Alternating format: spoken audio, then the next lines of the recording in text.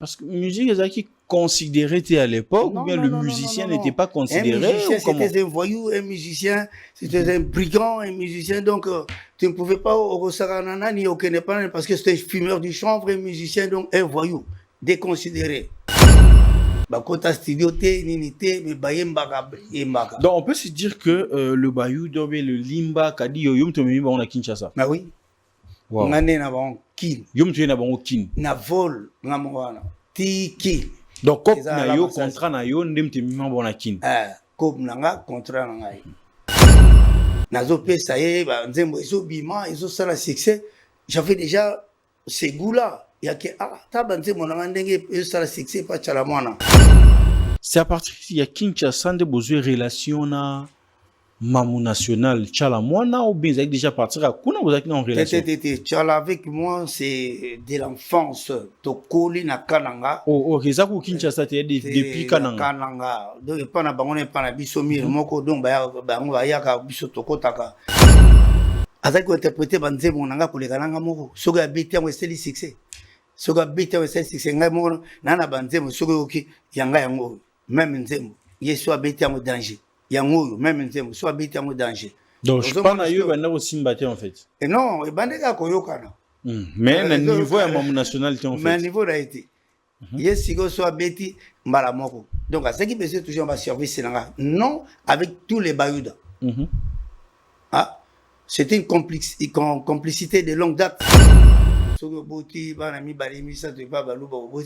Vous avez combien d'enfants? Baza 12. Baobay. Baobay bani. Donc un musu oyo mo yebite. Ngana yebi.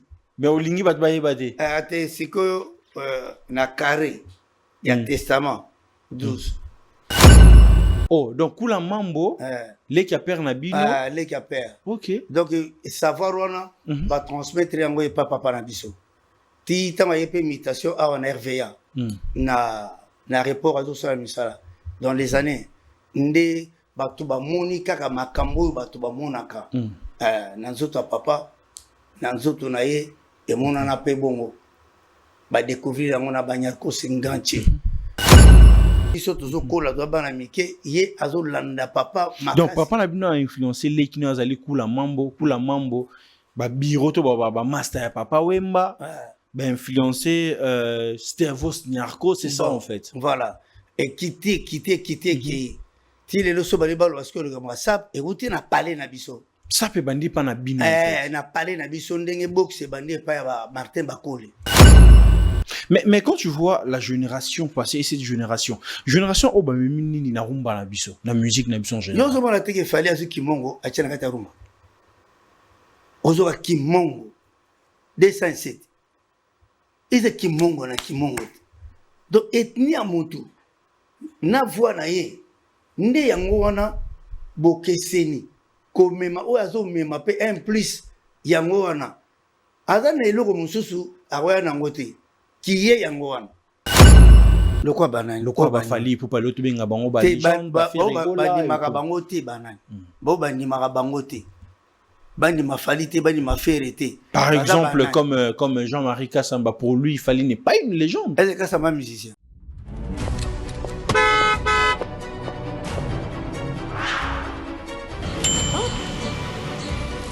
Cette fois-ci, ce sera à Showbuzz. Laisse-moi prévenir les autres. Tiens, ce sera à Showbuzz. Showbuzz? Ouais, regarde. Oh, quelle bonne nouvelle, Showbuzz. Waouh! Un rendez-vous, un seul peuple et une seule matinée, une session unique de l'école de prophète 2025. Il y a des choses que vous devez impérativement entendre pour bénir votre destinée avec ces grands thèmes. L'analogie prophétique passera ses temps ensemble avec les prophètes Grâce Mwamba. C'est samedi 31 mai ici à Showbuzz, on a de 8h à 12h. Que Dieu vous bénisse. Bienvenue à tous. École de prophète 2025. Bonjour à toutes et à tous, je suis Bems Badjoko, journaliste et présentateur de l'émission Plateau d'honneur, une plateforme dédiée à la valorisation des talents, de parcours inspirants et de voix qui méritent d'être entendues. Aujourd'hui, je fais appel à vous pour un projet qui me tient profondément à cœur, la création de votre propre studio d'enregistrement. Ce studio permettra à produire des émissions de qualité professionnelle, en toute autonomie, et de continuer à donner la parole à ceux qui font bouger la société. Comment vous pouvez nous aider? En contribuant financièrement, en faisant des dons de matériel de l'audiovisuel, caméra, lumière, ordinateur ou encore autre. Chaque geste compte et c'est ensemble que nous pouvons faire grandir cette vision. Merci infiniment pour vos soutiens, votre confiance et votre générosité. Pour toute question ou proposition, veuillez nous écrire directement sur notre numéro qui est affiché là-dessus. Soutenez ces projets, c'est soutenir la jeunesse. Croire à ces projets, c'est croire à la jeunesse. Soutenir la création de ces studios pour enregistrer plus des émissions au-delà de Plateau d'honneur. Un grand merci à vous.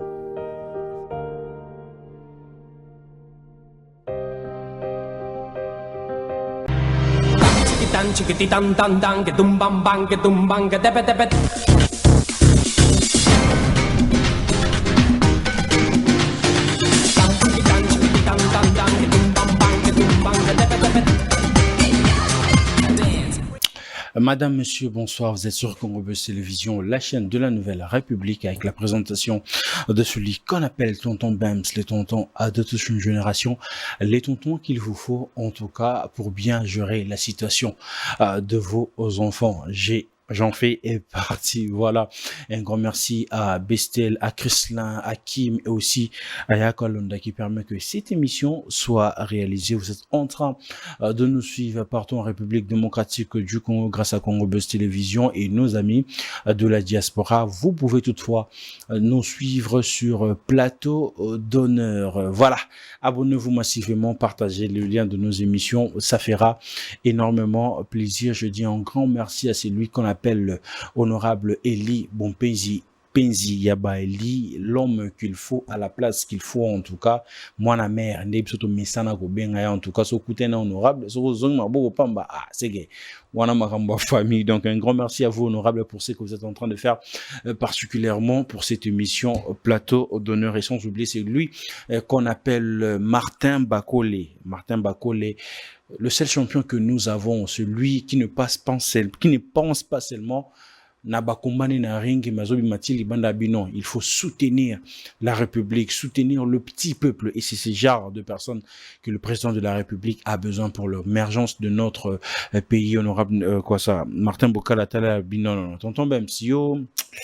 Zala vraiment qui m'a moto à aussi là au CP là donc big up à vous Martin Bakole là vous êtes en train de nous suivre. L'émission de ce soir c'est vraiment historique les amis. On va parler de la musique, on va parler de la culture, on va parler au vrai sens du mot. Donc restez branchés, partagez les liens de nos émissions et ça fera énormément plaisir. En face de moi, je suis avec une personne qui a beaucoup contribué dans la culture congolaise. On va parler de son parcours, on va parler de tout, sauf rien. Je m'en vais vers mon invité pour dire bonsoir et bienvenue Alain Massassi. Oui, bonsoir. Comment dirais-je, Plateau d'honneur. Et aujourd'hui, vous êtes à l'honneur. Aujourd'hui, je suis à l'honneur, très très très bien. Je suis... Nous sommes tous à la bilingue pour peuple Mobimba et comprendre tous en face à Nani. Le tobeta musique, tobeta moi histoire et culture na biso, ya musique na biso, mais to ebité batuni ni ba pesa jeunesse na bango pour les culture wana izala, culture ou izalelo. Et parmi batuana, vous en faites partie. Aujourd'hui, vous êtes à l'honneur. Comment pouvez-vous présenter pour ces petits peuples qui sont en train de vous suivre à l'instant même? Bon, on a reçu la Makassi, nous allons beaucoup trop clair pour la qu'on la bagouille mais aux qui beaucoup fermé na bateau ba ebiti ba ebapé histoire et musique, précisément la musique folklorique, la musique traditionnelle que je présente ici. Je représente cette musique parce qu'il y a une musique qui surtout la globalité na côté ba rumba malgré la cause de la nabi ba histoire mais nazalia wa pour la musique traditionnelle, la musique traditionnelle qui a débuté avec nos ancêtres précisément au Kasaï comme les Balokines. Le premier groupe oyo esalaki enregistrement ya banzembo na langue na biso Chiluba esalamaki na tante na biso kombo na ye Ngalula Mwa Chipamba. C'était la leader, tout le leader ya groupe Balokin. Et ça la succès makasi na Kinshasa wa manda kobeta na victoire banzemo na bango ebele ezalaka pas interprété na la reine de Moutouachi pe descendance ya bato ebele. Après groupe wana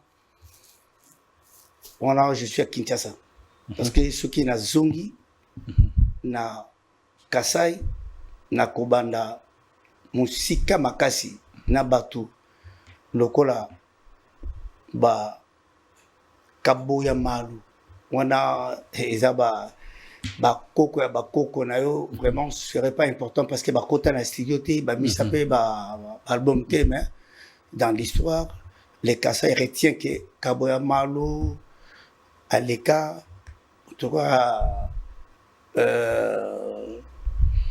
Chibaka Wakulobo Aleka musique wana e bandana bato wana parce que ngai awa précisément nazali na bandata na Balokin parce que okike Balokin ça veut dire les Baluba de Kinshasa. OK, Balokin. Le Baluba de Kinshasa. Moni tant groupe wana ye et bêta danger. To banana na parcours na yo moko. Obotami wapi, okoli wapi, influence musicale wana eye à partir de quel moment? Non, ngana botami na Likasi. Na botami na Likasi, Jadoville. À l'époque. À l'époque Jadoville, dans Katanga. Ndekuna iskana botami. Na kokola na Kasai. Iskana tangi ba classe na ngai, iskana saleli makamu na ngai musique et bandeli wana. Na circonstance ni na Kasai. Ba mitaki tamsu ba parents ou bien ba tinda que pour les études ou comment? Ah oui, parce que période donna, tozaki kaka na ba période de mutation. Papa Nangazaki, commissaire de police. Parmi ma première évoluée, après le départ des Blancs, donc Kazadi Augustin, Kazadi Kande, connu sous les sobriquets de Kazadi Massa.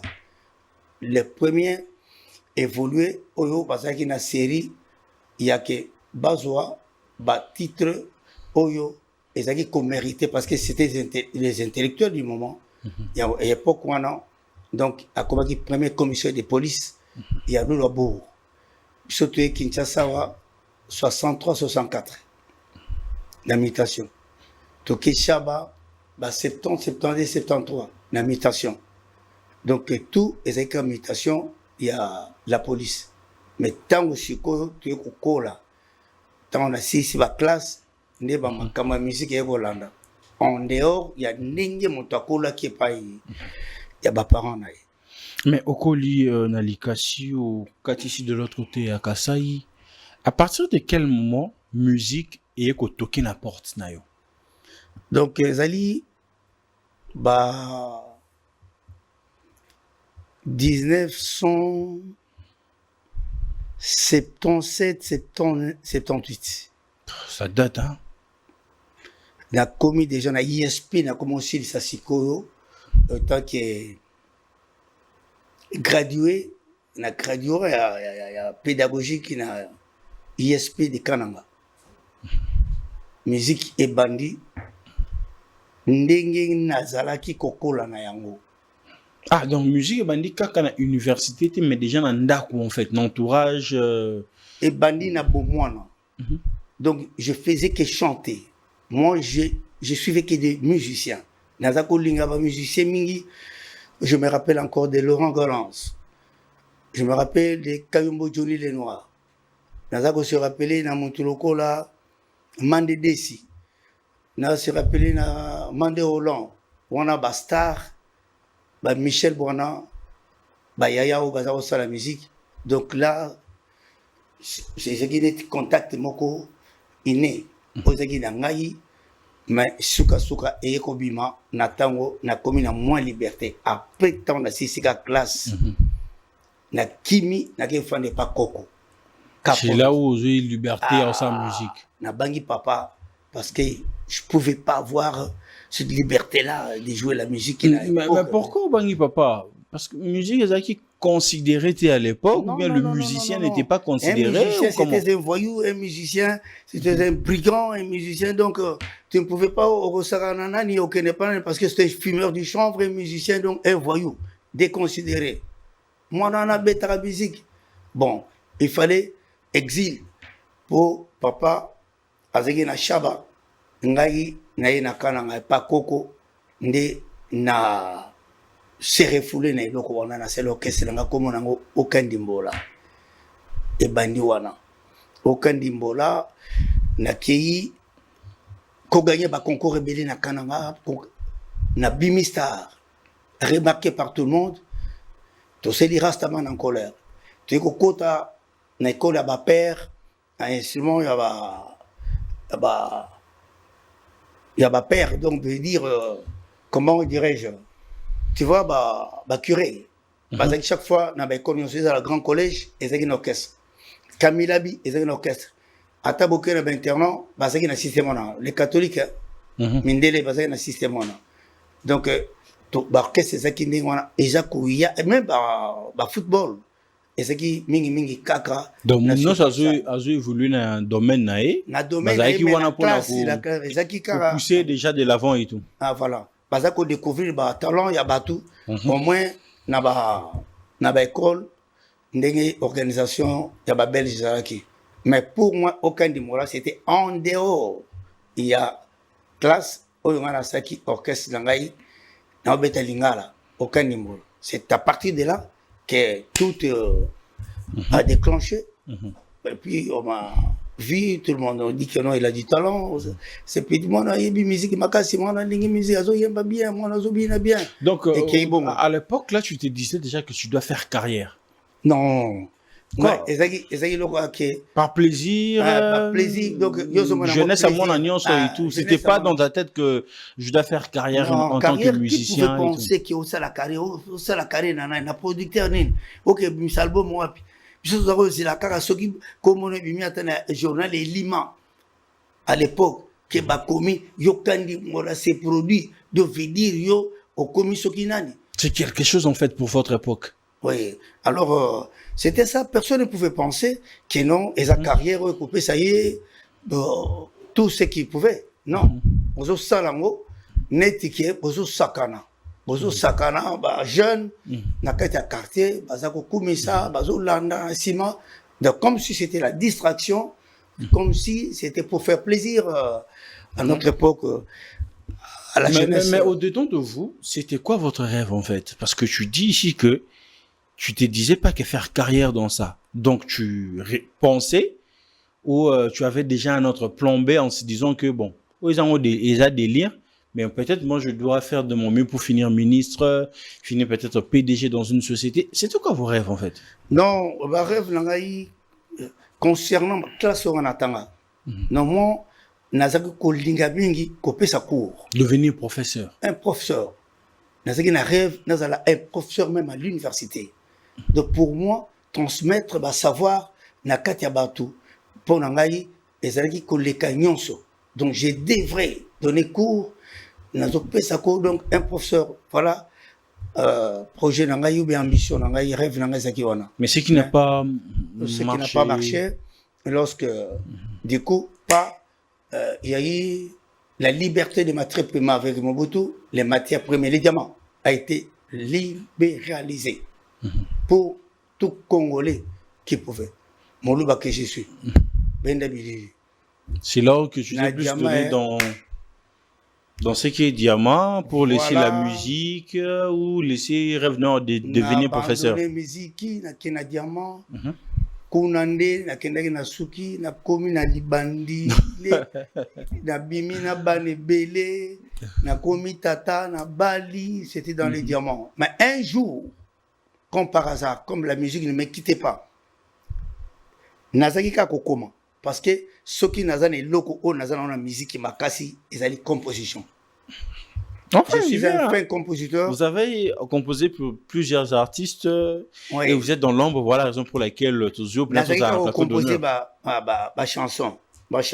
Mais un jour, comme par hasard, moninga na biso monene akufaki oyo na pesa pe mbote pe son âme Chamala Kanyinda Champs pesa pe mbote na premier producteur mangai Andi Putu Mutamba na pesa mbote na Jopis Mubatambe batoyo bamonaka talent na ngai na kati ya matanga wana na un petit qui jouait à côté de moi na sente moko muke alors Tobandi c'était la chanson Kachawanshia chanson phare qui a tiré tout le monde pour que Bazwangai en charge dans tout et pour tout Kinshasa wow tout donc la musique ni mtu mimi na Kinshasa musique ni Isa Diamate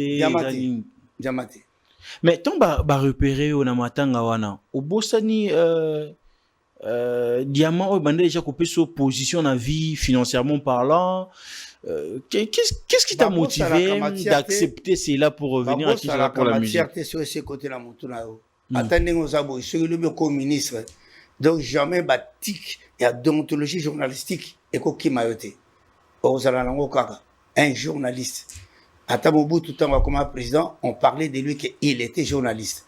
Donc, Babo, c'est un diamant, je suis un acheteur de diamants, je connais les diamants, mais à l'époque, on a abandonné pour producteur, et puis, on a conditions nyonso. Qu'est-ce qui t'a motivé à abandonner via Yaouzala Diamantifère? Aussi longtemps, on sait bien à l'époque, Diamant Ndo foot a bien. Mais oui, moi, je pensais que la musique. Oui, moi, je pensais qu'il fallait natiquer l'eau comme moi, qu'on a mon kili, oyo, et qu'on tikala éternellement. Un album. Œuvre. Ce qui est aussi, ce qui peut aussi battre, Namega Kaka. Le Kolanga n'a pas producteur. N'a pas na chanson. N'a pas mis ça dans l'album. Pour monter Manangaï et CP là. Donc voilà. Naïe, avec l'idée qu'il n'a pas mis ça album. N'a pas mis ça album. Comme la Kinshasa.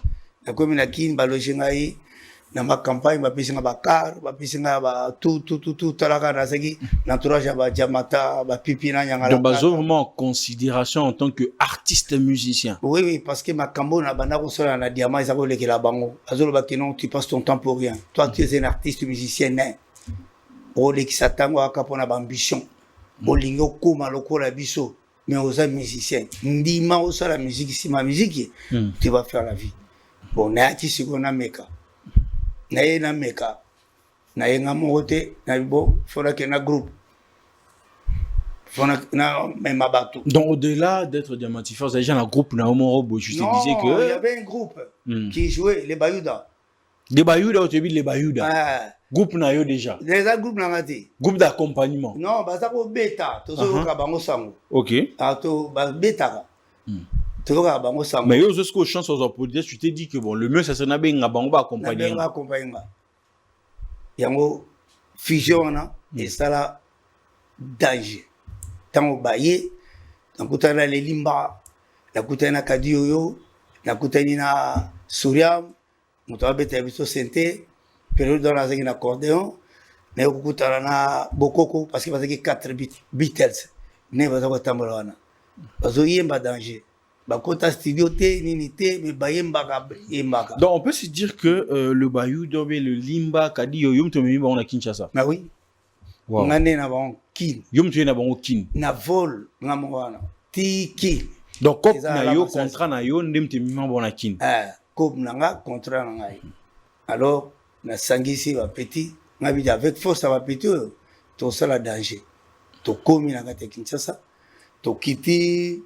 Na Kabamba et pas basé Zebra Force et pas Nina Pires et pas Marie Pires bato ba yambaka biso liboso bango wana na kati Kinshasa. Voilà. Mais est-ce que c'était facile pour vous parce que musique folklorique na Kinshasa ils allaient au rendez-vous c'était plus la musique dite moderne au monde à franco au monde à taboulé et vous ramenez une touche il y a musique folklorique. Est-ce que c'était facile pour vous de se faire intégrer place grand leader en Abaza? Oui, tu as déjà la moi tic, tu as déjà la moi quoi, Nzela, ou tu as déjà Chalamona, reine de Moutachi. On a une copie sa écriture. Tokoya wana, tokoya. Oui, on a une copie sa écriture avant dans la fusion à Bayuda. nazopesa ye banzembo ezobima ezosala succès. J'avais déjà ces goûts-là. Il y a que ta banzembo na ndenge ezosala succès pa chala mwana bato bazoyeba esika banzembo eutaka te, mais compositeur ya banzembo c'est Ala Masasi. Alors banzembo ezosala succès, ngai namoni te nga pe il faut nasala album na kozongela diamant après. Bon, tant on a vu ba producteur donc moni na sangisi ba élément makasi ba chanter la somo ba talentueux le ba yuda. Alors tokomi tant to beti et simbi. Voilà. Oui, Kinshasa, c'est à partir de Kinshasa de besoin relation na Mamou National Tchala Mwana ou bien déjà partir à Kuna vous êtes en relation? Tchala avec moi c'est de l'enfance. Tokoli na Kananga. Oh, ok, ça pour Kinshasa depuis Kananga. Kananga. Donc pas na bangone pas na bisomir moko donc ba yaka biso tokotaka. Abanda koyemba déjà Kala parce que tu es bien comme danseuse en fait à l'époque. Abanda koyemba petit. Abanda nde kolinga musique makasi. Ba kendaki nde ko sala texte tango tanti na beti ya na Kananga. À Beti, sur le boulevard du 30 juin, allez, danse, naïe et Pessenzela. Tondima qui est derrière la danse. Qui a couru comme chanteuse. Ah, comme chanteuse. Mais à surprendre Mokil Mobimba. Parce c'est une grande chanteuse. Marga Zarubina. Donc, à Bandiango, avant Bisso, mais tu collé ensemble. Donc, il y a musique, tu as la musique, non. Donc, connexion à Binos qu'on a Kinshasa, c'est comme la musique. Na kini tant biso to yana bayuda to komi ko betat ye pa yo ki sangot ke muto yana bayuda Ala Masasi bon ya yebinga depuis mwana to kotani to sololi bon to bandi ko beta ye pas beta et puis to za ko s'entraider entre biso na ba surtout na banzembo. Mais yo oyi na idée to na cop yo ça la album pe carrière na yo. Qu'est-ce qui s'est passé pour chaque carrière un peu de côté pour s'attacher plus na carrière, il y a Mamou National, Tchala Mwana, pour aider côté écriture? Non, ça c'est aussi, il avait besoin de mes services parce que Tchala était, laisse-moi vous dire la vérité, que beaucoup interprètent et compositeurs. Azaki interprété banze monanga pour les galanga moko, soga biti en westeli succès. Soga biti en westeli succès, ngai moko nana banze mo soga oki yanga yango, même nzembo, yeso abiti en danger. Yango même nzembo so abiti en danger. Donc je pense à yo banda aussi mbaté en fait. Et non, e bandeka koyokana. Mais le niveau à Mamou National en fait. Mais niveau a été. Yesigo so abiti mbala moko. Donc à ce qui besoin toujours un service nanga. Non, avec tous les bayouda. Ah, c'était une complicité de longue date. Donc au PC banzembo mais accompagner ça bayouda en fait. Non. To ba musicien na yemoro. Yeso na pesi nzembo azo beta mona dynastie motoshi. Orchestre na. Chalamona c'était une star azana qui connaît pas Chalamona? Est-ce que vous voyez pas Chalamona à travers nga? Mais qu'est-ce qui t'a motivé ya bano pese ba chanson si longtemps? Ne bandelo bibi ke oye Kinshasa pour non ça la carrière, surtout pour travailler pour ton album. Mais qu'est-ce qui te motive on pese ba chanson? Donc toyebani kala. Toyebani kala avant Kinshasa. Même la première chanson on a pesi Chalamona ezana Mbujimai. Nzembo nini ona? Mudemona makume waluwe walu matape wajinanga tutu. Ezali nzembo na pesi yango aye des passages na guest house bakonga na ki na Mbujimai. Na yo kisango na keko mona ye to sololi abi mais comment tu as abandonné la musique non musique na tika na commencé la diamant comme trafiquant otiki musique mais nga za besoin na banzembo ngabi bon na za na banzembo na CD banzembo akebi miso banzembo a succès au peu batu bayibi ba mulekele ba mwen chena mulale lelo ba mulekele ba ekenda batutu bayoka banzembo na yo. Écriture à Ala Masasi. Joseph Kalala Wakazadi. Et puis, tu peux sauver dans mon Badou Teleki, Mbala Simana Olegasko, tant que tu as ko senga na siko ba moi mikanda ti sala moi parce que elo kona na ya yo ye pour na carrière au moins soutenir Ndeko Nayo ou Sœur Nayo, en retour, qu'est-ce que toi tu gagnais? Parce que tout compositeur, c'est maintenant quelque chose en fait. Mais oui. Tu le faisais par plaisir, non, pour soutenir ta sœur ou bien... On s'entendait. Tout ça, que non, yo sala interprétation. Mais comment on a pas chanson. C'est tout. Comment combo comme auteur-compositeur. Pour le droit d'auteur et revenir là. Donc pour moi, donc c'était tout. Que le droit d'auteur est coquille. Pour nanga, mais ce n'est pas ce que ma sœur avait fait. Pourquoi? À du payo, à rouler ou comment? Alors, et c'est pour ça qu'on a été, c'est pour ça que la famille n'a pas été, moi aussi n'a pas été, ban n'a pas été, qui a pour casser mariage, que tu ne peux pas encore interpréter mes chansons. Au cas contraire, je vais t'acheminer devant les institutions judiciaires. C'est tout. Des mariages et au coup parce que. Au bien et bandeli awa que ils a sœur mort à longue date, famille, avenue, quartier et tout, boyebane depuis Moussika. Est-ce qu'il fallait ramener cela de cette façon-là? Ou bien il fallait parler, se faire comprendre, se communiquer et trouver un terrain d'entente? Bah oui, parce que tu sais que dans un contrat, on a reconnaître sur papier. Bah, avocat, avocat, na entourage na ye ndenge bazaki pembe na ye mais azako sala makambo azako koma na kati ya mikanda te soki banzembo ebimi na kombo na ye soki banzembo ebimi na kombo na ye. Alors mets-toi à ma place. Alors yango namona kiango keno azozwa nga zoba amona nga pamba pas de valeur malgré nga nazako soutenir donc carrière na ye, je lui rends main forte na ba composition mais pour comme combo na ngai quand les musiciens bela qui va zala après musicien qui tsa balinga ba auteur compositeur ou bien ba nani ba to ba compositeur mingi ya yamo auteur compositeur non ba parolier OK ba bimati de ce que l'équipe karolobi qui on doit rentrer mon anga. Et créer problème. Mais il y a des paroliers qui ont fait carrière en parlant de Wazekwa, Koffi Olomide, Karmapa. Il y a pas mal de... Et créer toujours problème. Karmapa, on a ba souka monté ma pona robimba, sinon banzembo yana yanga. Moi, je peux me dire même Koffi pe souka monté ma pona robimba, banzembo wemba eba wana yanga. Vous avez commandé ça. Mais au-delà de Mama Tchela Mona, est-ce que tu travailles avec un artiste qui ça va chanson? Tout ce qu'on a pas Mama Tchela Mona carrière na yomugo. Non, bah chanson té mais au moins bah neti ba cri bah ça a besoin d'abisso surtout pour la langue na paramètres belé. Terme sous mon toi besoin na ba cri. Terme sous mon toi besoin na nzembo. Bon, ngai moko siko na groupe na bimisa pe babilo na ngai. Na ko zala wana te po na batu. Mais bayaka ko solliciter ba service to idara bango. C'est ça. Yo tiki musala diamant pour la musique. Est-ce que après ba recul, tu peux te dire que c'était un pari gagné, tu t'es retrouvé en tant qu'artiste et musicien? Oui. Financièrement parlant ou bien juste pour la gloire, le nom? Non, pas la gloire du nom parce que ceux qui na zibana oignon sur na bango.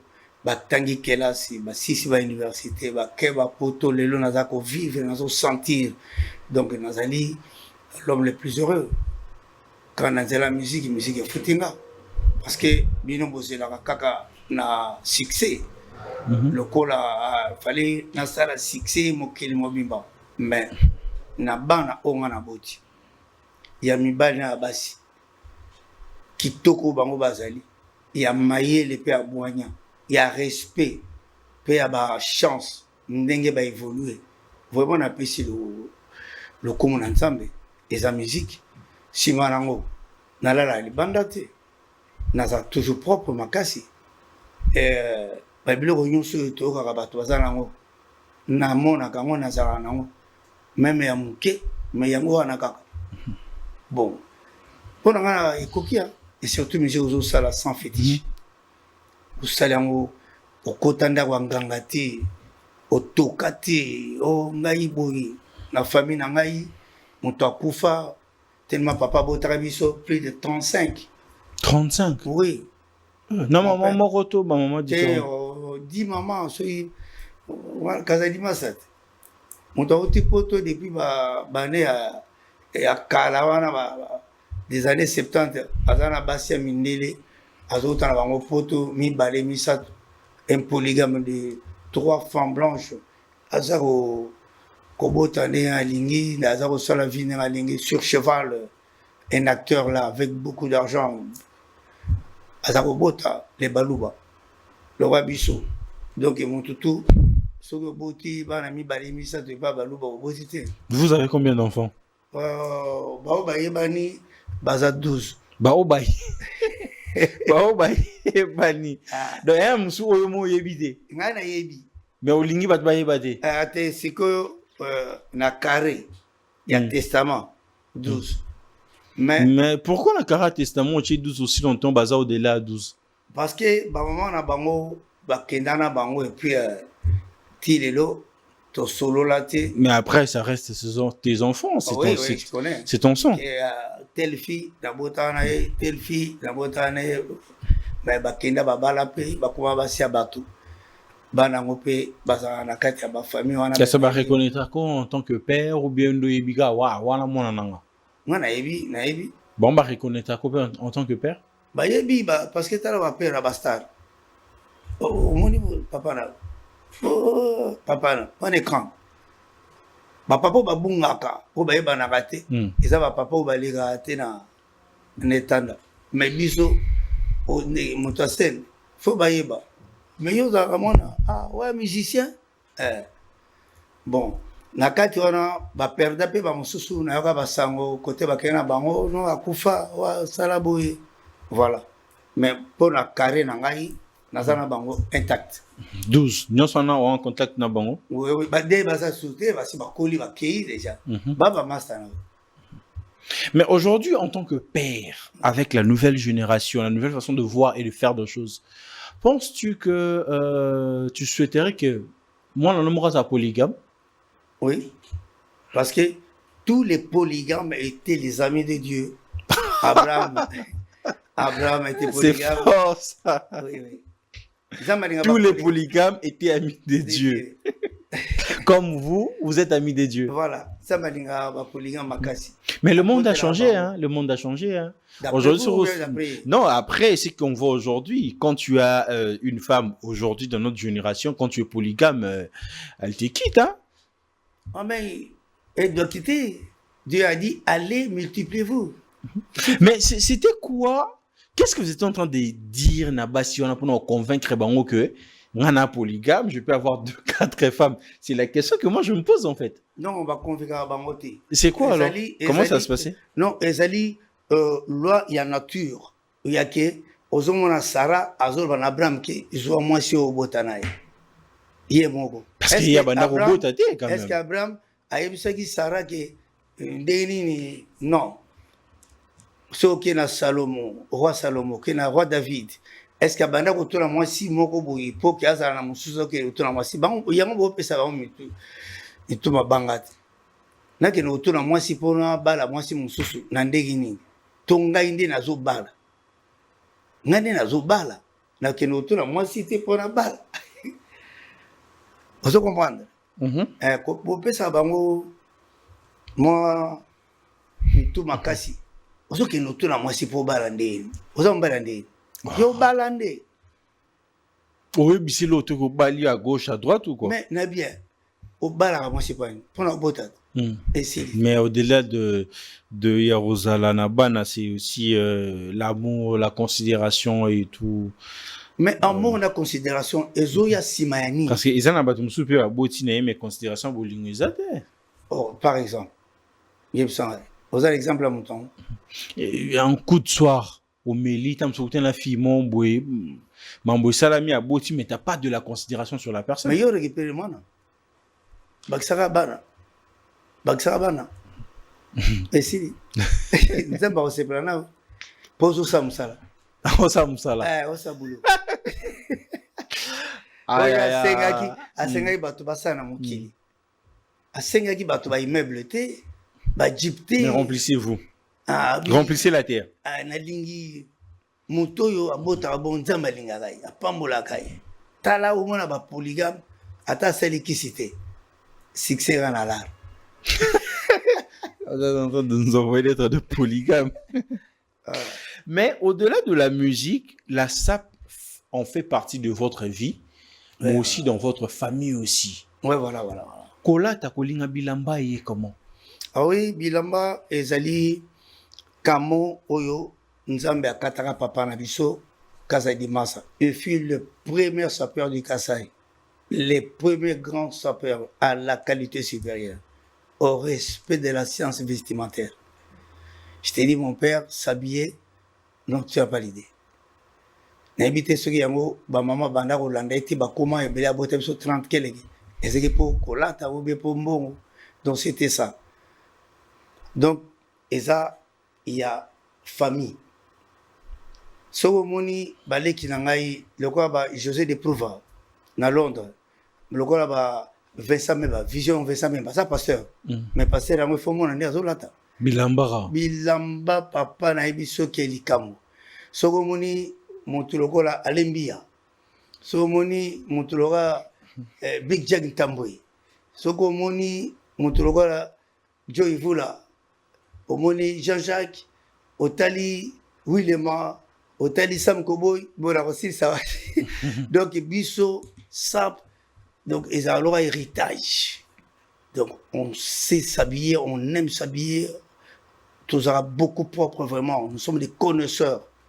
Il y a couleur, il y a Beethoven, il y a savoir, l'harmonie. Donc c'est ça, c'est notre vie, on ne force pas. Et puis il y a une personne qui est vraiment dans l'histoire, il y a Mamba Sap. Quand on parle de papa, on parle de Kula Mambo. Ouais. Et il y aurait Baketo Yambo, le loto, Kemoto Yeba, que Kula Mambo, t'en fais partie à famille. Il y a famille à Kasai Dimasta. Il y a Kula Mambo. Comment est Kasai Dimasta? Kasai Dimasta, c'est mon père biologique. Ok. Il y a Leki à Kasai Dimasta, ça père Leki. Oh, donc Kula Mambo, Leki a père Nabino. Leki a père. Ok. Donc, savoir va transmettre yango et papa Nabiso. Ti tama yepe mutation à en RVA. Na rapport à tout ça misala. Dans les années, ndé bato ba moni kaka makambo bato ba monaka na nzoto ya papa na nzoto na ye e monana pe bongo ba découvrir yango na banyako singanche ba kitama na ba papa mutu mombo epa ndako ya na famille na bino na ndako na bino nyakos te ngache aina pale na bisuti. Okay. Ngache je te parle ya moto yo ayaka na sap ayaka na guana ozo comprendre. Donc ngache to monaka ndenge yaki wana ezaki vie. Il y a papa Kadiman Kula Mambo. On a vu, il y a Batounaï, donc ce n'était pas notre ami pour non. Donc votre papa.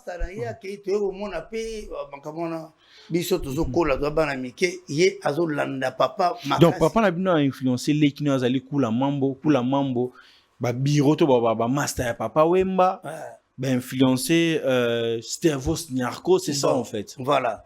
Et quitter qui ti le so bali balo parce que le gars sap et route na parler na biso sap e bandi pa na bino na parler na biso ndenge boxe bandi pa ya Martin Bakole. Oh ndeto beta mosolo ba boxe bandi pa Martin Bakole. Donc ndako moko wana ndisaka ba champion na kananga. OK. Et ndako mibaleti ndako na bango matata Makabu Foreman papa ya boti bango Ilunga que je salue les grands chefs coutumiers et kititi na grand frère na Junior Makabo et ko kweya siko pas Martin Bakole na Chilobo Chilobo cha bakwa mambamboye ko mambamboye donc kaka ndako moko wana ndako na bonne ndako ba champion kaka moko wana ezami baleti ba boxer makawana mais le quoi siko bango sa sport et que sango yango moni. Mais tout n'a pas été Bakole, tu sais que non, bateau en a tanguiona. Mais c'est la famille. Son père fut boxeur. Le grand frère de son père fut boxeur. Fut boxeur aussi. Donc, bazak bongo, ti. Donc c'est analogique, c'est dans le sang en fait. Dans les sons. Donc la sape, c'est Kazadi Massa, c'est Kula Mambo, c'est Kalalala Massassi, c'est bon, et ça, Tofor Sakati.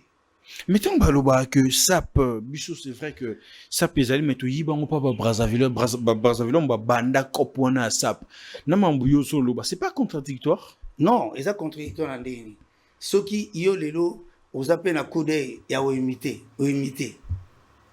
Côté OK, on sait le succès. Sope motomususu ayo mona ope. Côté akei a sel succès. Nga na yibi histoire na ba Brazzaville te o bayaka boye. Nga na yibi yoka na monoko ya Papa Wemba, yoka na monoko ya Stereo Signakos quand bazo solo makamba sab. Bazo ba Kadima Kula Mambo, le grand prêtre. Oncle Nabino. Alors, na ke na Brazzaville ko luka motomususu ndeni. Na yibi makamba kuna te. Yo yebi ba koza sap awa. Ba confirma Kadiman Kula Mambo. Justin Kadiman Kula Mambo. Mais il était qui dans la société zaïroise à l'époque? Il travaillait ou bien c'était quoi? Parce que Babimingi ba toi kala ba lingi qui s'appelle qui plus na ba koiba ba bilamba. Non, c'était un douanier. À l'aéroport, à travailler au moni ceux qui moto travailler na douane. Hein? Azana facilité ya romona ebele oezo kota na oezo bima na misu na ye azape na facilité ya ba relation ko kabela ye to ko pesa to ko prendre en charge ou bien ko considérer na valeur parce que aza douanier azo travailler na douane ya bato azo kende na ba bazoya bato kende na ba bazoya. Mais ce qui est la passion, la molimo na kolata, azana facilité, ya kozana ba couleur nyonso na ba tissu nyonso ndenge ya lingaka. Akolata. Donc je pense c'est musala wana nde pesa facilité ya kozala na bilamba ya kolata na nzoto. Muyibite. Lui n'a jamais été en Europe. Hein. Il n'a jamais été en Europe. Ah, voyage. Kula Mambo. Kula. Anenga kufa. Wow. Oui. Akenda potote. Et anako akoma potote tuna batu je le parle à l'écran. Kula Mambo n'a jamais été en Europe. Mais pourquoi comment potote Zaki banako aspiré parce que il s'est retrouvé bien ici déjà et tout. Non, Azaki musala na ye ezo futaye. Donc un intérêt qui est potote. Intérêt qui est potote. C'est le cas aussi pour vous? Wengai nasi na kenda na zonga na musala muziki na musala diamant poto samedi rien. Balegi na nyu sto bazana poto, famille bana nga bazana poto. Bon, n'en parle même pas. Poto c'est notre vie donc bana on a boti nyos bana poto. Bon yeb sanga so. Tout le 12. Tout. Vous souhaitez avoir encore d'autres enfants? Hein? Vous souhaitez avoir encore d'autres enfants? Ah, ce que na beti na moni ba mo dire. Ou récupérer? Jamais na ko sayere. Après musala biso balu beza bana. Bana ga, balu bande bana. Biso bana. Ya moni balu ba sauver ba tebele na ba domaine belé autour na muluba, ba les musique, journalisme, balu ba parce que ba linga kobota. Mais aujourd'hui, comment voyez-vous notre musique en général? Parce que ça me t'allait l'autre, hein? Ou t'as vu la génération Béléningé, salut succès, Kéyé, salut succès, Kéyé. Le temps aux autres, t'as la musique Nabiso. Quelle lecture faites-vous là-dessus? Quelle musique? En général. En général. Que ce soit la musique folklorique, la musique urbaine aujourd'hui, tout rumba et tout, en général. Avancé ma casse. Je sais que n'était pas à l'époque comme l'époque Nabino. Et une métamorphose, Moussoussou. Et Kéi, et une accent. Donc, c'est parti même au-delà. Et zonga simate. Et zali ko mataka ka escalier. Et zali ko mataka ka escalier. Ka ba concurrence, ya ba pays Moussoussou, eza kosala neti mais en vérité noyau base eza kaka Congo. Mais quand la génération on est même musique na biso, est-ce qu'à l'époque il y avait aussi des artistes même musique na biso na niveau haut? Oui. Banani wana. Par exemple, so totika kombo ya Luambo, totika kombo ya Tabule, totika kombo ya Verkis Kiamongana. Mais tout banda au moins na Sosoli sur les trios Somajesi. Sosoli sur la même pena musique na biso. Afrique Ningana. Afrique Ningana. Les trios Majesi. Zoa musique lokola les frères Soki. Bella Bella. Bella Bella, oui, j'ai entendu parler. Je t'ai dit que Somo, que n'est la musique au commandant en empire Bakuba. Au Kolobanini, que Bamise va yembati. Pour nabi, kotanga Okejasti, kotanga Afrizati, Tika kotanga VVT, on a esa légende carré. Ba Niko Kasana kotanga ti. Ba Kwami na batumsuso abakoko na yobi bakomboti. Mais tous kaka même trio Majesi bangote. Non, toujours, j'entends toujours parler. Kita ti na Zai Kolangalanga. Vive la musique. Victor Ellison. Wenge musique. Lelo Fali Poupa. iPhone. Mais là la révolution. Na Ferregola. Na tiki Tokei penza toujours mais n'importe na bino wana. Na la révolution na musique apesa ngo gumu susu. Kelonga musique mombe communautaire, musique mombe continentale apesa ngo gumu susu. Envers Bapaya, Tona Katia. Envers Bapaya, bien sûr que oui. Mais non, c'est Grand Calais. La musique qui était dans le cubain, parce que la musique qui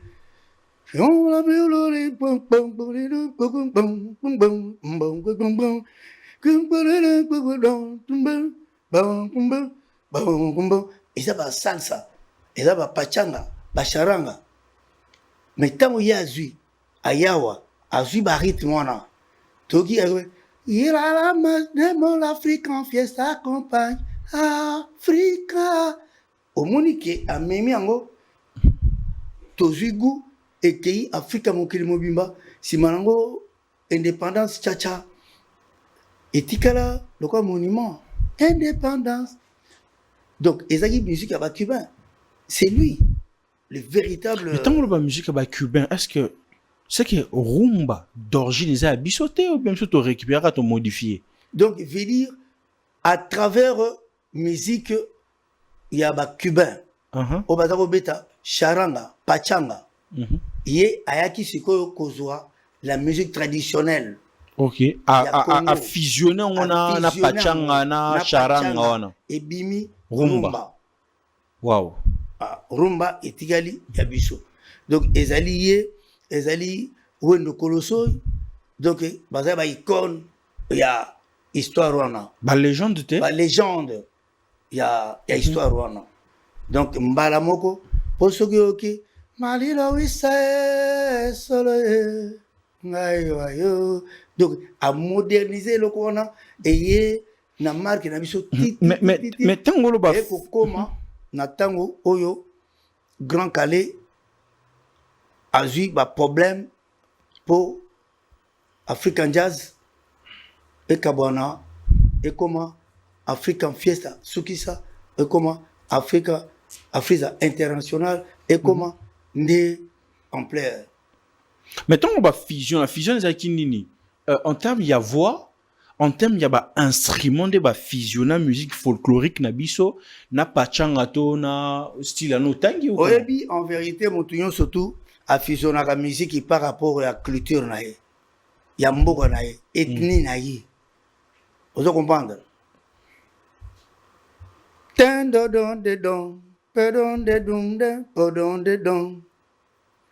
Lala pongi ngana senga tobela yokondi mangai. Nakotamu isayo moto po yondima eza chiluba. E bouger ya motema ngalula. On a c'était Nico. Azo beta fusion ya musique on a par rapport ya musique folklore ya mboka naye. Tant batu oyo azo beta na bango moto na moto azo wuta pe na tribu na ye azo ramener moi touche à tribune na ye azo ramener mon touche à tribu na ye ezo koma eloko mosusu oyo topesi kombo rumba congolais po abeta ye moko te Taboulé fille chanteur il y a Grand Calais ozo comprendre siko ki Taboulé ki yanzi ezalaki na kati na ye tant y a quelque betango abetango susu na tonalité chiluba na kati te ya quelque a changeant le susu ki yanzi ekoti na elobeli ya tonalité lingala na ye akena on a modèle mususu. Donc c'est ça la fusion, c'est ça. Il n'y a pas de métamorphose, c'est ça les kamusute boto na baanji baya te. Mais quand tu vois la génération passée et cette génération oh ba mini na rumba na biso, na musique na biso en général. Yozo mala teke fali azu kimongo achana kata rumba. Ozo wa kimongo 207. Ize kimongo na kimongo. Donc ethnie ya mutu na voix na ye nde yango wana bokeseni komema o azo mema pe un plus yango wana azana eloko mususu akoya nango te kiye yango wana voilà ozo kaka ke desanze ozo mala eboma ozo mala kaka bonyama ozo mala kimongo mettons desanze te zo beta ti na Amérique bamba yebike ya bamongo la musique congolaise rumba congolaise makambo ezala nde bongo mutu na mutu amemaka moi particularité ya culture na ye en fait culture na ye na kati na tonalité ya ba makambo mais quand certains sont en train de juger que notre musique a été modifiée na musique ya ba bengango urbaine, comment vous êtes en train de percevoir cela en tant que moko kulutu ya musique na biso yibi place mambo musique en banda babi que génération fali ba modifier musique na biso basé sur na rumba pureté comme ba fusionner na mambo mindele pour na même comme na uti ko ebisa yo ba culture mususu ezali mwana aza congolais mais akoli na poto, donc c'est pas nouveau en fait akozo makambo ya koli nango et comme lokola plateforme ya boyebi aye nango na oyo ya yokaka na oyo elobamaka na oyo eyembamaka bino bozo mona loko ba avancer to ba bebisi na tono question moi non zala donc dinga plus que na tuna yo parce que yo no yebi place musique na biso e banda na place to komi lelo et tout bani baza ba bebisi to ba bongisi yo ebi musique na biso place banda tant on sotala ngo lelo na nouvelle génération zo mona ndeni ba bebisi to ba bongisi ekei ba bongisi un plus to longa na monotonité to kozala kobeta eloko moko le photo bakisa mo be épices be ingrédients na kati yango zo mona ezokoma ezokende ba fusion ya koyema na ba américain koyema na ba français koyema na ba tubo ba oyo ba yepi donc baza na soubassement na bango eza rumba eza lingala donc c'est bien. Aujourd'hui si nous avons notre musique appelée rumba, c'est parce qu'il y a eu un grand Calais qui a accepté de faire cette mélange là, la musique cubaine et la musique zaïroise, je sais pas, congolaise à l'époque. Et aujourd'hui Tokto Akae légende. Tant que ta musique rumba nabiso, Grand Calais c'est une légende, Wendo Colosso c'est une légende. Voilà. Est-ce qu'aujourd'hui, peut-on aussi octroyer ce titre-là à Fally Ipupa que c'est une légende de la musique congolaise? T'es dans la félicité, Anna Moussala. Bopé neti mwana moke bopé amema ça qui ya ciment balamoko azokola na muti. Botika mwana na kola na tazana boulot ebele. Mais est-ce que les gens bosuki c'est rapide. Mais est-ce que mutu pose la légende di faza ka mukolo faza mande fois pembe quoi? Parce que définition sur le il faut ça les belé. Il faut apporter du nouveau. Makambo bato basala te. Donc fallait nous apporter du nouveauté dans la musique na biso. Assez apporter. Azo kenena nango. Vous comprendre. Botika ya sala. Et puis babenge légende. Bon, mais c'est que les gens d'avant, bon. Mais c'est que les gens d'avant, Bon, mais c'est que les gens d'avant, trop. Bon, tu comme on a un bébé. Mais il y a même faire à ça là. Non. Mais définition, sur telle définition, au monde de la possible sur la légende. Nous sommes en bas, nous sommes fali azo, tiens très bien. Ce qu'on a zoé batté. Face à les sous-nini pour bino bondi maye, bon benga légende. Et ça guerre et génération té. Nana boyé. Parce que mingi ya bakulu tu na biso, baza ba papa ba grand-père na biso, tant ba otala au grand kala sala au taboulé sala, baso koka kondi ma génération na biso te o ba rapporter de nouveau pour biso peut octroyer ya ba o ya biso génération to benga ba légende. Le quoi banane. Le quoi ba fali pour pas l'autre benga bango ba légende, ba faire rigola. Ba ni makabango te banane. Bo ba ni makabango te. Bani ma falité, bani ma férité. Par exemple, comme Jean-Marie Kassamba, pour lui, Fali n'est pas une légende. Est-ce que Kassamba musicien? Après c'est Bisso, qui est une légende dans le journalisme. Une légende dans le journalisme à Zanaï. Journaliste, ouais, Bisso à Congo, légende à Zanaï. Comment il y a? Je veux considérer que Jean-Marie Kassamba comme légende na journalisme. Parce que Makamouya a lobé la musique. Mais lui, c'est un journaliste professionnel. Hein? Bon, si que Makamouya a lobé, ça n'engage que lui. C'est lui qui a dit, c'est carré, Jean-Marie Kassamba. Ce n'est pas Kalalala Massasi. Pour l'anga nabi, botika mwana asala. Asala dans la carrière moulaïfa asala. Si manango bon mona oya koyeba boto memisa yimba boko netike boko mo baye botika sala nano boko mona. Alors ça, nous sommes presque à la fin de cet entretien. C'était un réel plaisir de vous avoir sur ce plateau d'honneur, et vous êtes à l'honneur. Mais est-ce que aujourd'hui vous êtes toujours dans la musique ou bien aux ongelano diamo bien ça musique. Au contraire, Nazo Pesambote na la grande productrice du moment. Donc, mon côté, il y a Koleka Fondation MFK, Marie-France Kaungamina. A tozolo ba awa bayuda tozongani ndenge tozalaki. Donc, Empéré Lilimba na pesi moti place ali. Mais mon nom t'a l'idée en ndenge. Mais sur la minute tozongani comme cours des grands. Bazongi sibiso tozongani ndenge toyaka. Alors, l'idée, oui, mais cours des grands, ndé makambo. Tozali, la voyage tout ça pour nous remettre à la Grand Kassai, Mobimba, pour nous soutenir le président de la République, le Saint Antoine Félix Tshisekedi Tshilombo, na Oya Sali, depuis que la planète Terre existe, assis guerre na stylo, baguerre ici la Minduki, Oya Stili Nabiki.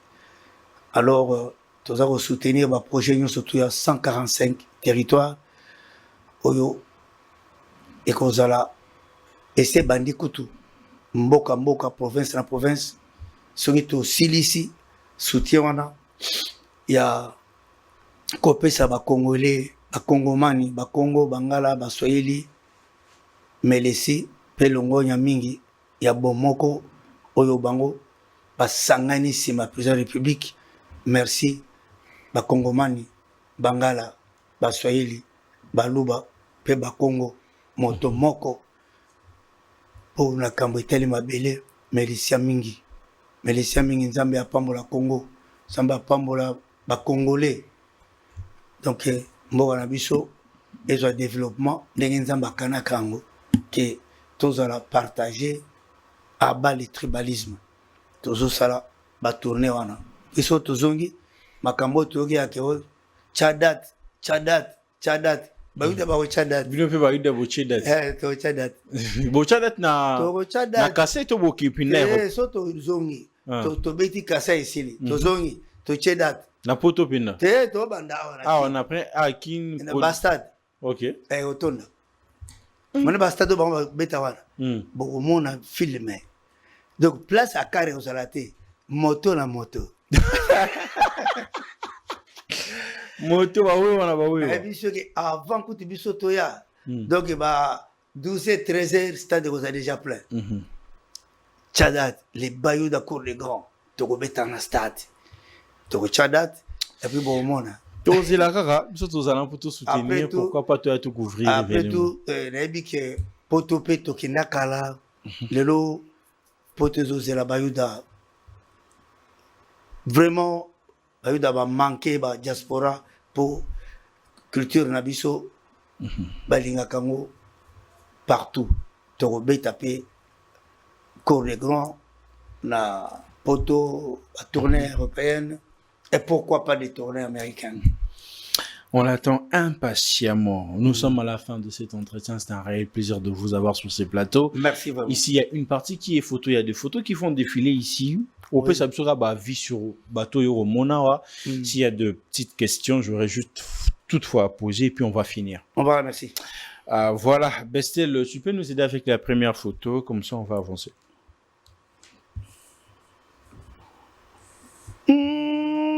Accra mon jeu. Accra nani? Accra mon jeu. Nani ne soit Accra mon jeu. Accra mon jeu. Donc, avec les rois de la forêt. Mais c'est la personne qui a aussi exploité plus de musique folklorique en Mbokanaï. Mais tu veux dire solon wa. Ozomana kimbala, na kiyaka, na kati ya musique awera son nenge pesi wera. Donc mutu to apportaka folklore na bango na rumba pour ekende. Donc c'est ça. Oya ba photo mutako wangarate. Like ça musus. Mais tant que mon abango boy, on considère mon peu comme ba légende. Tous on considère mon raningo loba qui a ne bandel. Bo bango mi balé no histoire ya Wenge. La figure emblématique qui représente Wenge. Yena Jibempiano. Donc somoni omoni histoire ya Wenge. Ozo comprendre. Kuna ozo mona Malamoko fusion. Il y a Papa Wemba, Viva la musica, na quartier latin, na ba Fali Poupa, bazaka na kati ya moto. Accra Moje. Donc, Accra Moje kalate ndenga zo kende, parce que ça moto abaji na biso. Mais, boko bengeka légende. Boko bengeka légende. Parce que bino bozo linga ba kombongo, bo bamba batu. Boko benga bango bino mo, ça sont des légendes. Boko benga bango ba légende. Bino, oba bo ya na. Boko benga bango ba toke, oba légende de musique. Nana yebi bango te. Nana yebi makambo ba salate. Pourquoi faut-il discuter sur ça? Parce que les belés. Pour reconnaître batoka soki ba ouais. To changer photo. Deuxième photo, Bestel.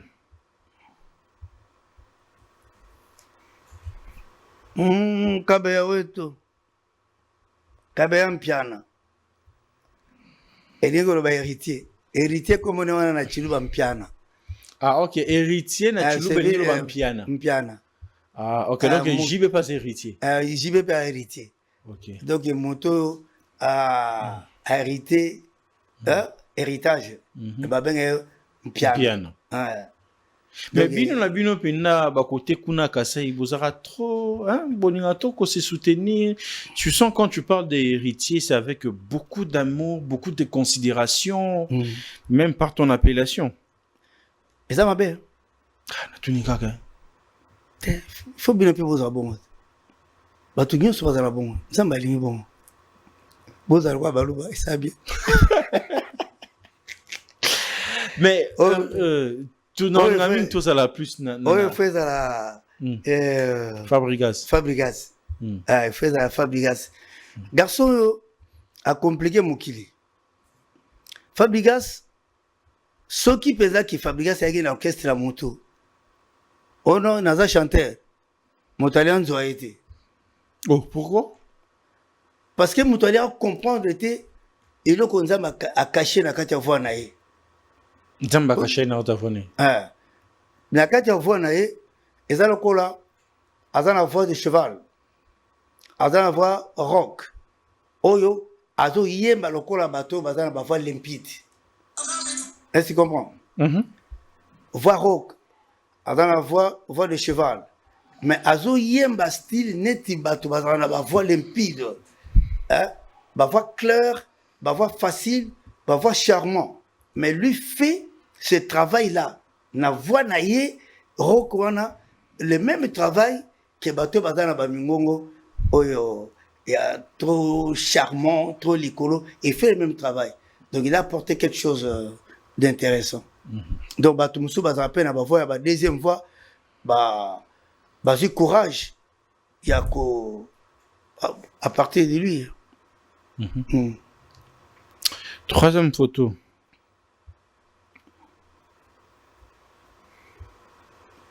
Ogolad.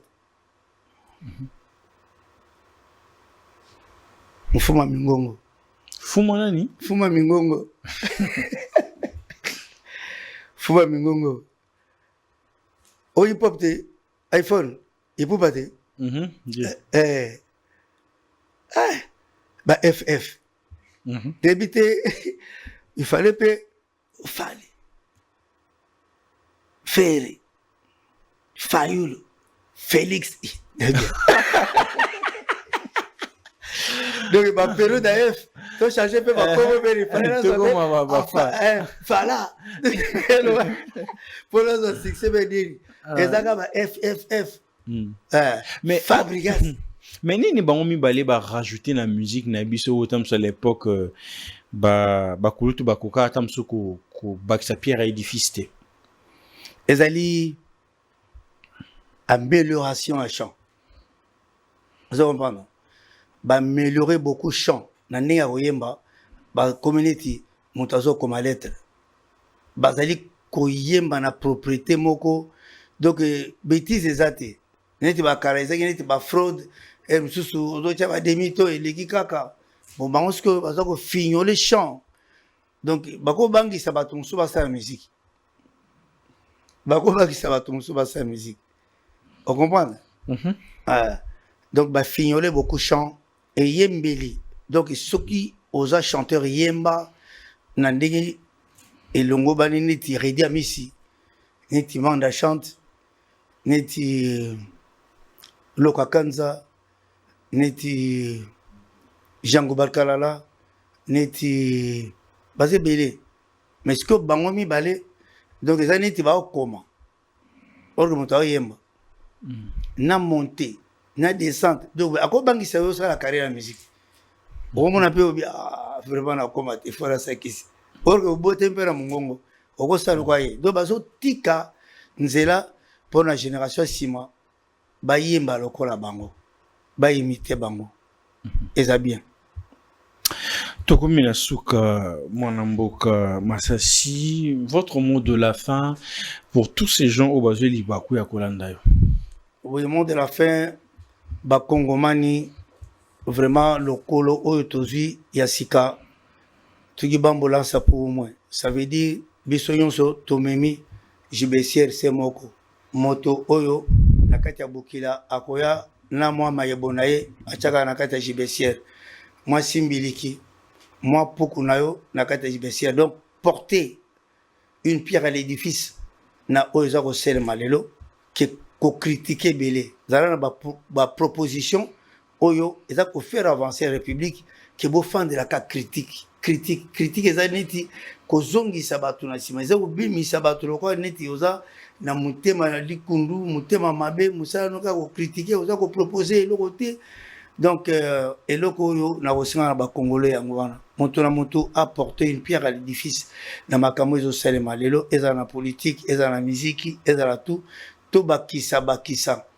po to bongisa ekende liboso to critiquer mingi te to fendre la critique te voilà mon de la fin na ngai ya lelo yango. Voilà, mesdames et messieurs, nous sommes à la fin de cet entretien. C'est un réel plaisir de passer ces très bons moments d'ensemble avec vous et l'invité de ce soir est fortement Bossepé Lango et ça vous a vraiment plu. Abonnez-vous massivement, partagez le lien de nos émissions. Quant à moi, je vous dis bye bye et on se retrouve à un prochain numéro.